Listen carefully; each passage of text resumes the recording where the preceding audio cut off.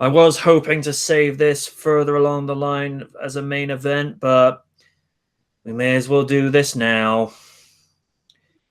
Jurassic World Fallen Kingdom. Ooh. Okay, this is going to take a while, so hold on to your butts. Uh-oh. It's always an uphill task to make a good follow-up to a successful revival of a franchise. 2015's Jurassic World brought the Jurassic Park franchise back from obscurity, and in some places gave us an apology for the infamous incident from Jurassic Park 3 as Rexy smashed through the Spinosaurus skeleton before it did battle with the newcomer, the Indominus Rex, or as Random likes to call it, original Characterosaurus from DeviantArt, please do not steal. With this year marking the 25th anniversary of the first Jurassic Park, there's an even bigger mountain to climb because you're having to honor the movie that gave birth to this movie franchise. I'm going to get the cons out of the way now, as there are aspects I did enjoy from this movie. There are beats that are borrowed a lot from the first three movies, such as the way the meeting between Lockwood and Claire takes place, which is reminiscent of the Lost World between Malcolm and Hammond. The Gallimimus scene is referenced as the volcano explodes, along with Rexy repeating her victory roar from the first movie. The Ford Explorer and Jeep are referenced, with the Ford Explorer remaining untouched from where it landed 25 years prior, and to the objects in mirror are closer than they appear. Blue being operated on is a nod to the infant Tyrannosaur, and Eddie Carr's death by the two Tyrannosaurs being referenced when Eli Mills meets his death at the jaws of Rexy, but via the same token that was so cathartic given how the character was such an obnoxious and exploitive douchebag. And for some reason, Random thought it was Ryan Reynolds wearing a mask when he heard Raphael Spall's originally. And after going back to watch it, I'm like, okay, I see how you could make that distinction. Other aspects that didn't add up for me was giving Blue a blood transfusion from Rexy. I appreciate from a story perspective they had to be creative, as Blue didn't have another raptor on board the Arcadia, but I'm no hematologist, and even I know that's not how it works. It's like giving a cat a transfusion from a bat. Doesn't really work. Also, the idea of auctioning the dinosaurs off for pharmaceutical and military applications was another red flag that raised an eyebrow with audiences. If they want to make a Dino Rider movie, just make a Dino Rider movie. Well, I've seen a trailer of that. Hello? What? Yeah, I don't know what it's called, but it's like, I don't know how to explain that, but it's like, you see these CGI dinosaurs and you have indigenous people riding it. Jurassic Games? Possibly. If you got time, I think I can find a trailer of that.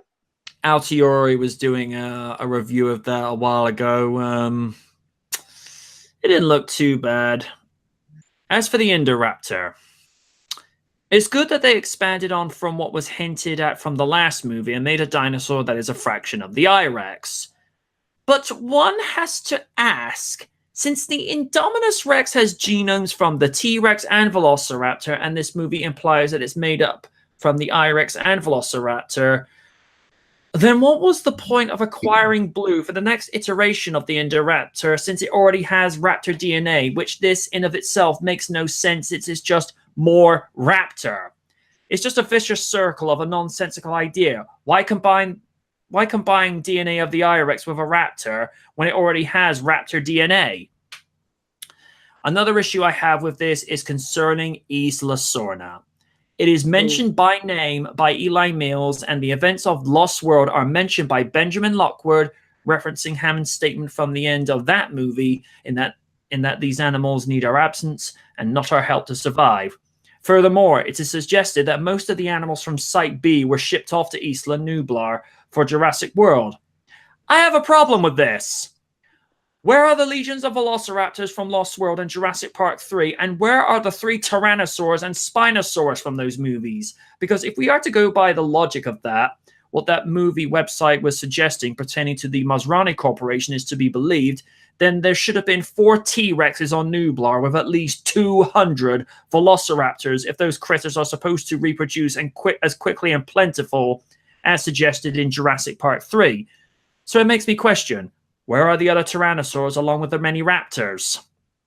All right, enough of the cons. Let's get to the pros. Everyone turns in a good performance with Chris Pratt as the lovable rogue Owen Grady.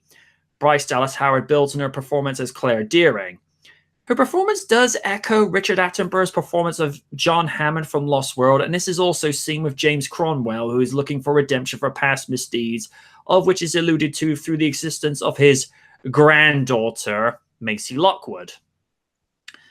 Raphael Spalls, while he plays a good role as executive to Lockwood's estate, did his heel turn way too soon. I didn't have time to care about his character enough to have any kind of emotional investment. Say, in the same vein of that of Liam Neeson's Ra's al Ghul in Batman Begins. You cared about his role, but when he turned, you were shocked by it. With Mills, again, it was too soon. Isabella Sermon, who plays Maisie, is one for the future. She has great chemistry with Cromwell along with Pratt and Howard. I think she's the next Chloe Moretz. I see the talent and potential of what she can become. Daniela Paleda, I just fell in love with her character as Zia Rodriguez as the snarky, resourceful, and likable paleo-veterinarian. She could stand up for herself verbally and told people where to go if they didn't like how she did things.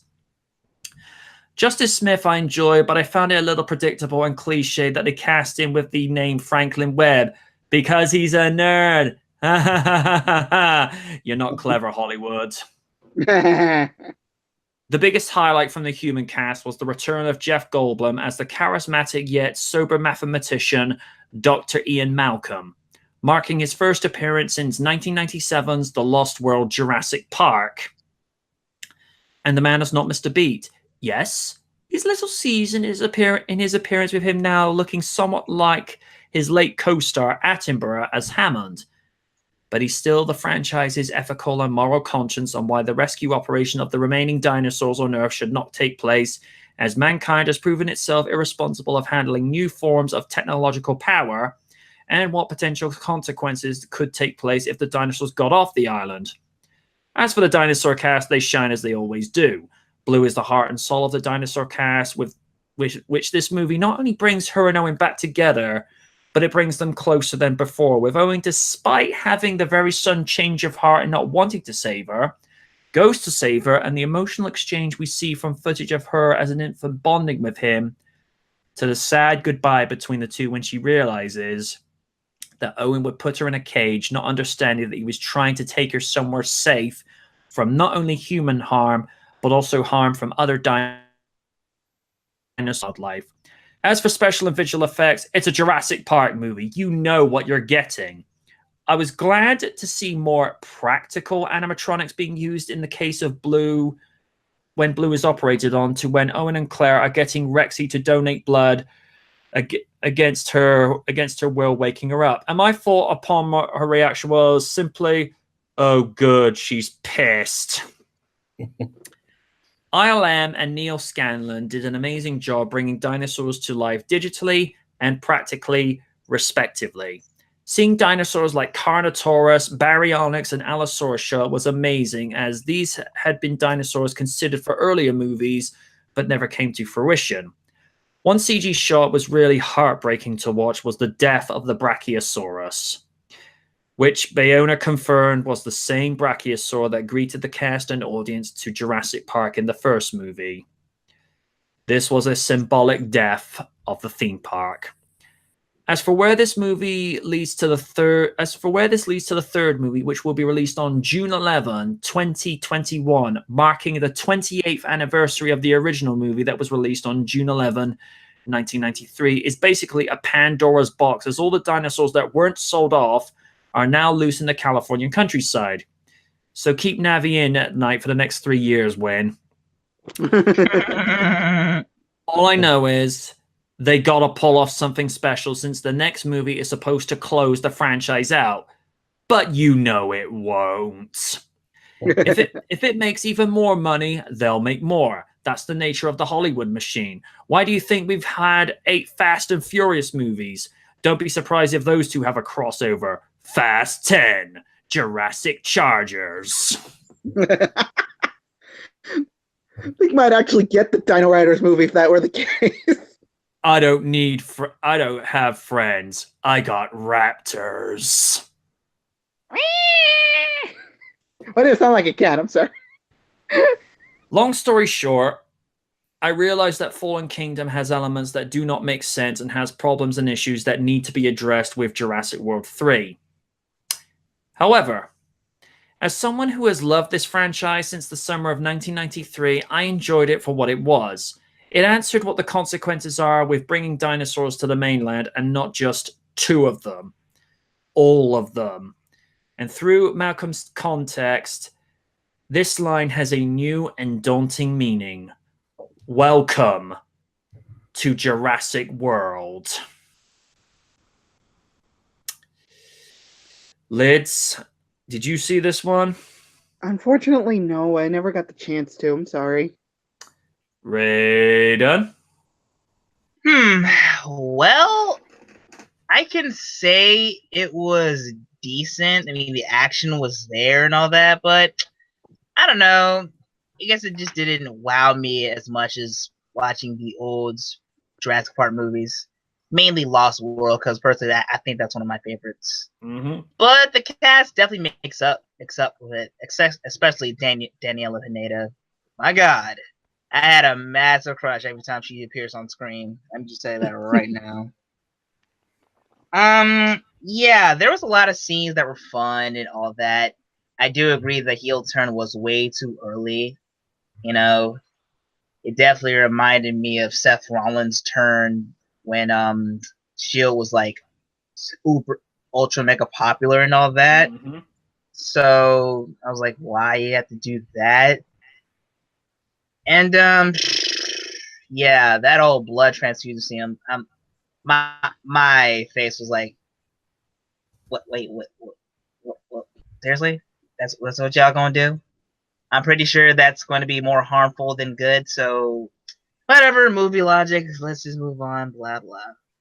But you know, just the whole crazy scene with the Indominus Rex. Is that right?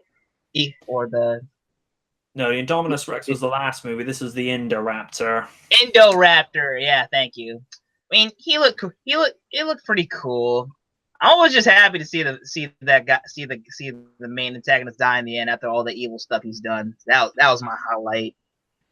And the ending, to be honest with you, they could have saved that for, I don't know, the mid credits. Then was like, okay, I'm ready for the next movie. But in a way, I feel like they spoiled it, if you ask me.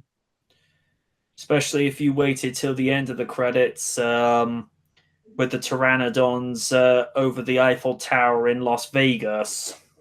Right. Oh boy. Or the lion scene. I'm like, okay. If I would have saw this, like I said, in post credits or mid credits, I would have been okay. Sign me up. Like I said, I feel like they spoiled everything. But like I said, the cast definitely makes up for it and all that. So I'll say Fallen Kingdom was I'd say give it a low matinee. Yeah, I'd say it's fair. Again, like you, the T-Rex invading the lion pen, that should not have been put in any of the trailers or any of the TV spots whatsoever. It's one of those you had to see it in theaters, and that's why, you know, I came up with the slogan of, you see the image and then it just says Circle of Life didn't mention anything about this. Yeah, that is a trend in Hollywood these days, to put the ending Kaiju! in the trailer. Yeah! Kaiju appears. How's it going, bro? I'm doing good, man. A little bit more well rested than usual, but I am here now. I apologize for my lateness. I had an alarm in this case, but for whatever reason, it didn't go off. Yeah, my alarm has done that on occasion with as well, where it's like, you will go off at 5:30. Yes, you will. 5:30 comes. No. Go Steven, off, I will not. Steven says a wild kaiju appeared. Ooh, does that mean he's a Pokemon? Basketball, go! Ah, no. Um, Or it's like one of those like those Smash Brothers trailers, like Kaiju Noir has entered the ring. Da da da da da da da da. Okay, let's see here. Here we go. Jurassic World Fallen Kingdom is perhaps one of the most insulting experiences I've had in a movie theater since Transformers Dark of the Moon.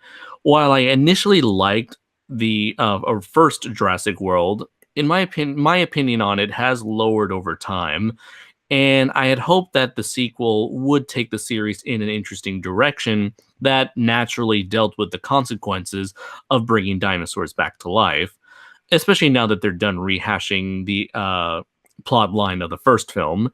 Instead, this film decides to completely rehash the Lost World this time around, and making it stupider by turning the second half into a haunted house movie with yet another dinosaur hybrid and yet another fight with Blue the Velociraptor. Initially, the premise had potential, even if the volcano bit was extremely contrived, as well as everyone ignoring the existence of Isla Sorna. I was interested in the moral dilemma of whether dinosaurs deserve to live and be treated as real endangered animals, even if they are quote unquote theme park monsters via cloning. After all, what made the first Jurassic Park so special was that the dinosaurs were treated as animals, not theme park monsters like they were in the sequels. Sadly, the second half blew it all away and turned it into the second half into what is essentially Doctor Wu's House of Horrors, directed by Roger Corman. Also, there were several attempts at making me sympathize for the dinosaurs and humans, but unfortunately, I could give less of a damn about any of these generic and bland characters. Probably with the exception of I immediately forgot what that one actress was. I think her character was. Yes, you read my mind. She was perhaps like the only character with enough personality and spunk that kept my interest. Let's see, where was I? Oh yeah, the idea of the villain stealing dinosaurs and then selling them as weapons is still the stupidest idea I have ever seen, especially when you consider the fact that the villains could easily could re-engineered these dinosaurs and making clones of their own, thus increasingly devaluing the dinosaurs in due time. That is, however, this idea could work. You could make this crazy idea work if the filmmakers were able to commit to it and instead turn Jurassic Park into a live-action Dino Riders franchise. But no, the film wanted to take its convoluted plot seriously, and therefore it couldn't even meet me halfway with that. As for the dinosaurs, they couldn't even salvage this film. Most of the dinos were either there to be killed for a bit of forced drama, or they were suicidal predators that proceeded to hunt humans even if their lives were on the line, or in the case of the T-Rex, severely underutilized. Blue and the Indoraptor had perhaps the most screen time, but they were mainly there to express how ludicrous this franchise had gotten, with Blue fighting off mercenary grunts with guns and jumping out of explosions, or the Indoraptor playing the part of a slasher serial killer, going around hunting people in a mansion. So overall, I'll most likely never revisit this film again anytime soon, and I personally don't recommend this film unless you're a diehard Jurassic Park completionist. Well, I went out to watch it specifically because, like you, the very first movie is very near and dear to me, and the fact it was coming up to the 25th anniversary of the original, which, as we've all seen, that movie still holds up incredibly well to this day. I recognize there, like I said, that the movie does have a lot of problems, but I wasn't ever bored with it. There were bits and pieces where I thought, nah, hang on a minute. It's like that doesn't work. The active volcano and blowing the island up, that's supposed to be a reference to the original book where I even in my review I had a person commenting saying that, but in the first movie they established in the book it's established that everything's powered by geothermal activity. But what they did in the first book is they didn't have a volcanic explosion. They actually napalm bombed the island into oblivion.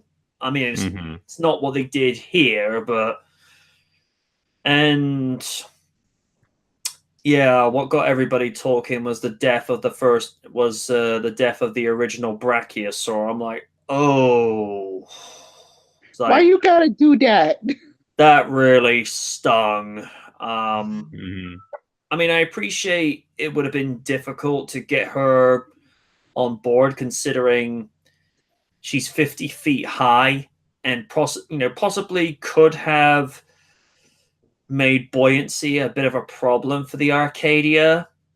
But at the same time, it's such a beloved, gentle giant. You're like, oh, why have you got to do that? And of course, the Indoraptor grinning. I forgot about that movie. That was actually I mean, I'm gonna kill these idiots. I mean, I get the idea that an animal could play possum. I get that, but the fact that he was actually grinning on camera, I mean, I told my brother about that, and he's like, oh, he's making up. He sees it in the illustrator, he goes, I thought you were joking. That thing looks horrible. I had the exact same experience. It's when I saw Double Toasted's review, I was like, they're joking. It doesn't do that. It was like, oh. It does. No.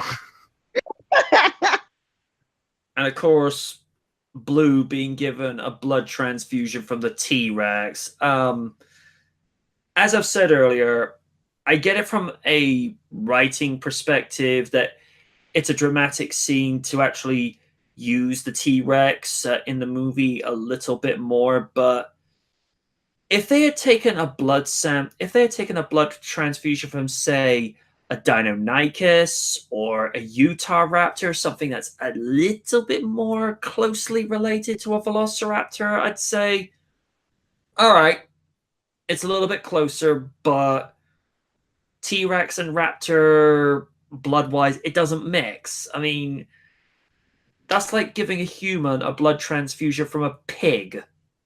Or chimpanzee. Yeah, I mean, even if it's a chimpanzee, it's like, it's a close genetic, link to humans, but still not close enough. It's got to be, and even if you get, like, let's say for the sake of discussion, Raiden gets a blood transfusion from Lids. If it's not the same blood type, that's going to do more harm than good.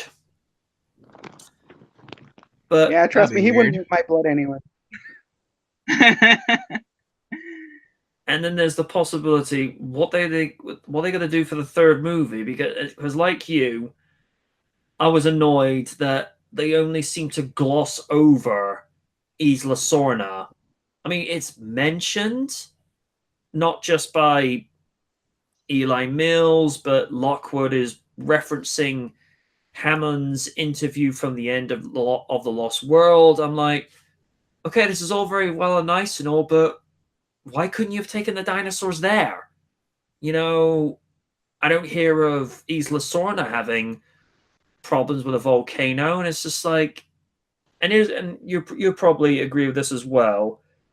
According to the Jurassic World's movie website, is that most of the animals from Site B were shipped off to Nublar. Got a problem with this. Where are the legions of velociraptors, and where are the other 3 tyrannosaurs?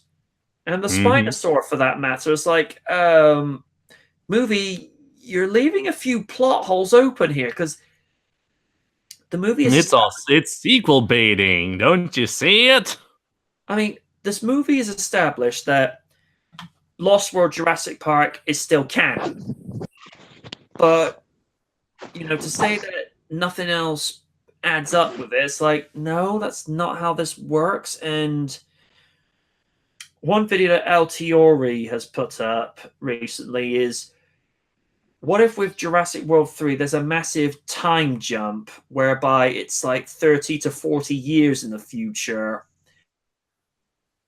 Interesting prospect. I think it's going to be, I don't want to say safer, but it's going to be more practical to keep it to a similar time difference as they've done from Jurassic World to Fallen Kingdom. Just have it like, say, 3 or 4 years apart, because if you have, say, 30 years into the future, then there's no chance of Sam Neill reprising his role as Alan Grant from this time period, because Sam Neill's in his 70s now. I mean, that's not to say you couldn't have an Alan Grant at 100, but in a post-apocalyptic, setting, I don't think you'd have Grant around at that point.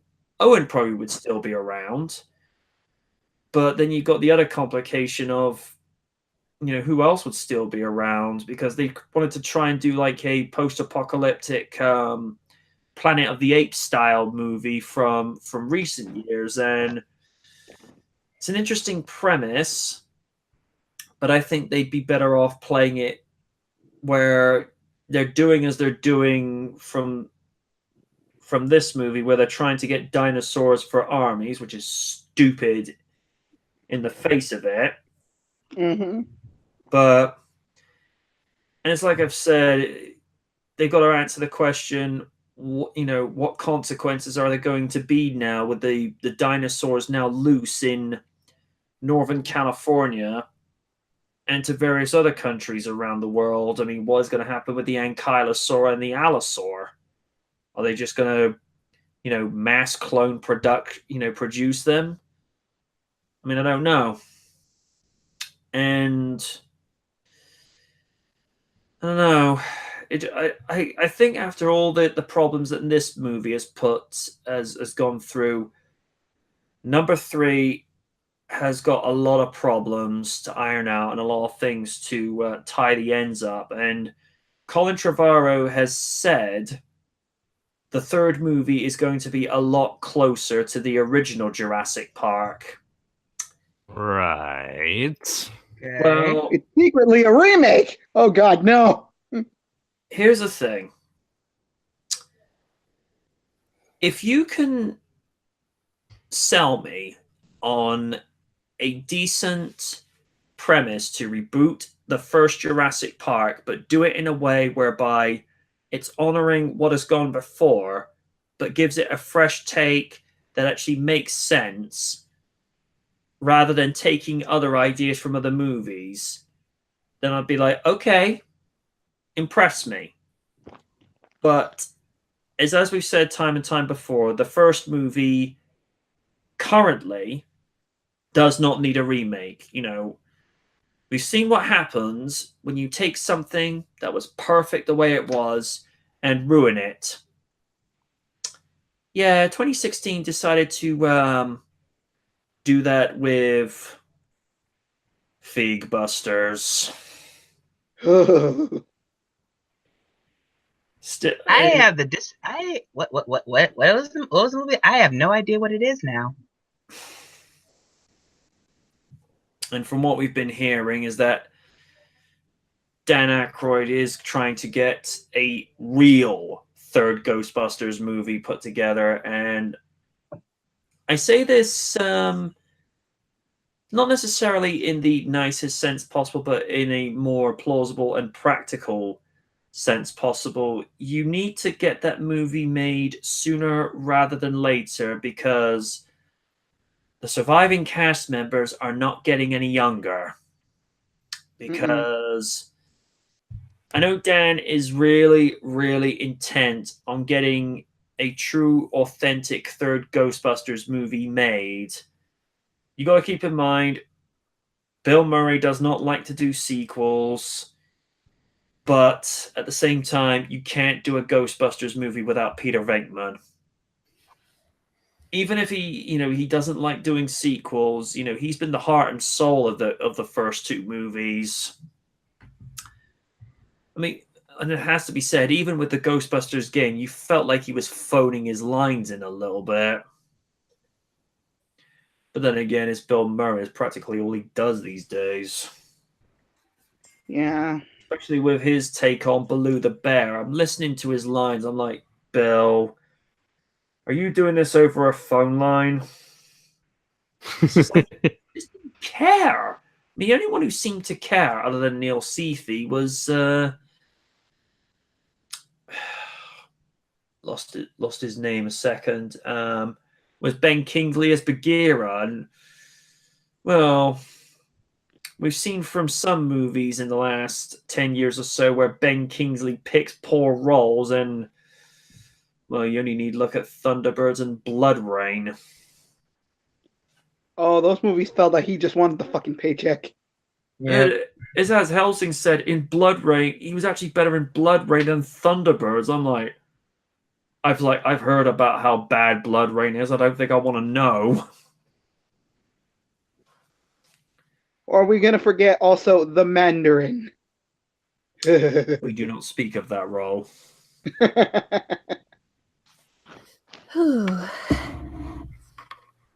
Now, where to start? This was another movie that I enjoyed the acting for. Chris Pratt was always a very, very competent and very charismatic actor, and he pulled this off well with his character Owen Grady.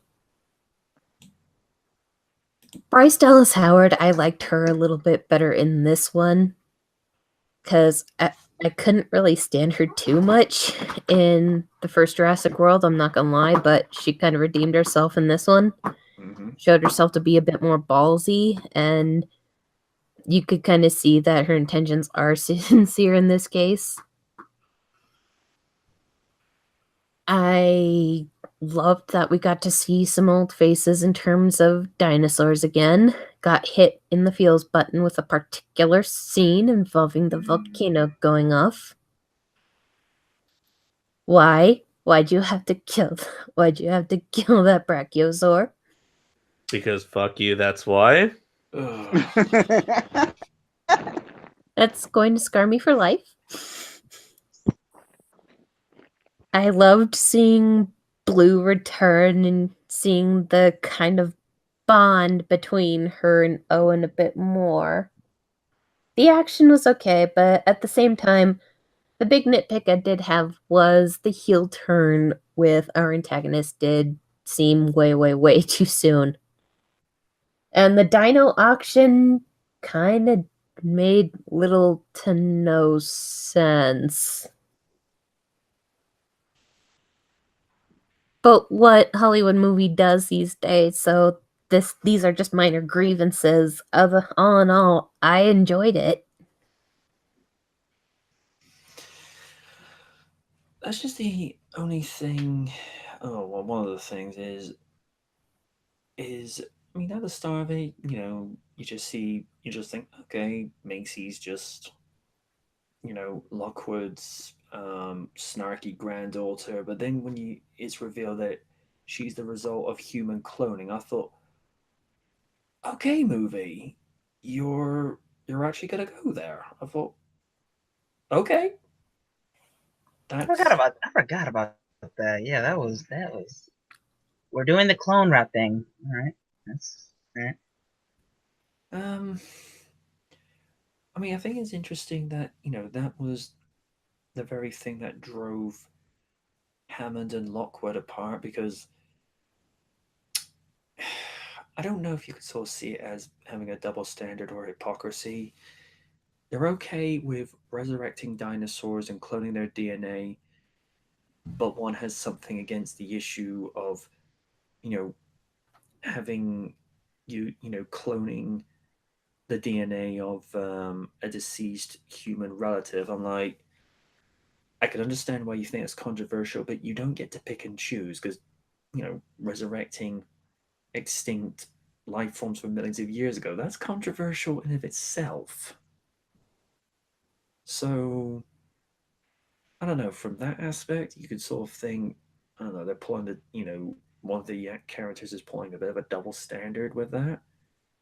I mean, I get it, but if you're somebody who's brought a T-Rex back from extinction, you don't really get to play that card. Not really. And also, and this is something that I agree with Random on. And for context, I am not a fan of the Troyster in any shape or form. But as we said last week, the jokes jabbed at the president, it's starting to get a little bit old. I mean, yeah, people are free to make jokes, but try to make them fresh and creative. It's like, oh, he's got a wig and he's bad because, Trump bad. It's just like, ugh. It's like, we're still doing these jokes 2 years after. I mean, okay, I get it. The guy's controversial. The guy does a lot of things that a lot of people don't agree with, but come up with some new material, folks. It'd be like, after so many years, even though Kaiju's not a fan of Matthew Broderick's performance in Godzilla, it'd be like if 20 years later people are still making jokes about it. Even he'd be like, okay, dude, seriously, please try something new. Please, for the love of gosh, try something new, because okay. I can only take so many "that's a lot of fish" references. See what I mean, though? It just gets what's the word? It just gets insufferable after a while. But it is what it is. And again, as to where it's going to lead into the third movie, I don't know. Because it's not going to be, a 4-year gap like it was between the second and between the first 3 movies. I don't know. They got to do something that's going to, like I say, resolve the problems and tie the loose ends up properly. Because as we've been highlighting, the fact that they haven't addressed Site B properly is a major problem. Because to suddenly say, oh, half these animals were shipped off, it's like, well, in that case, the Isla Nublar should have been overrun with them, and yet they weren't. The other thing we've touched upon, when the Indoraptor grinning. Yeah. That was awkward. I didn't know whether to laugh or cringe. I mean, it was a nice moment, but at the same time, you just don't really expect that from a dinosaur. Unless maybe if it's like Dinobot being a snarky asshole. Or Jim Henson's dinosaurs. Oh yeah. Oh yeah. But you get my drift. Not the mama. I would have accepted it more if it was just playing possum and then just woke up and then did away with it. But it's just the fact that it was grinning. I thought, Okay then.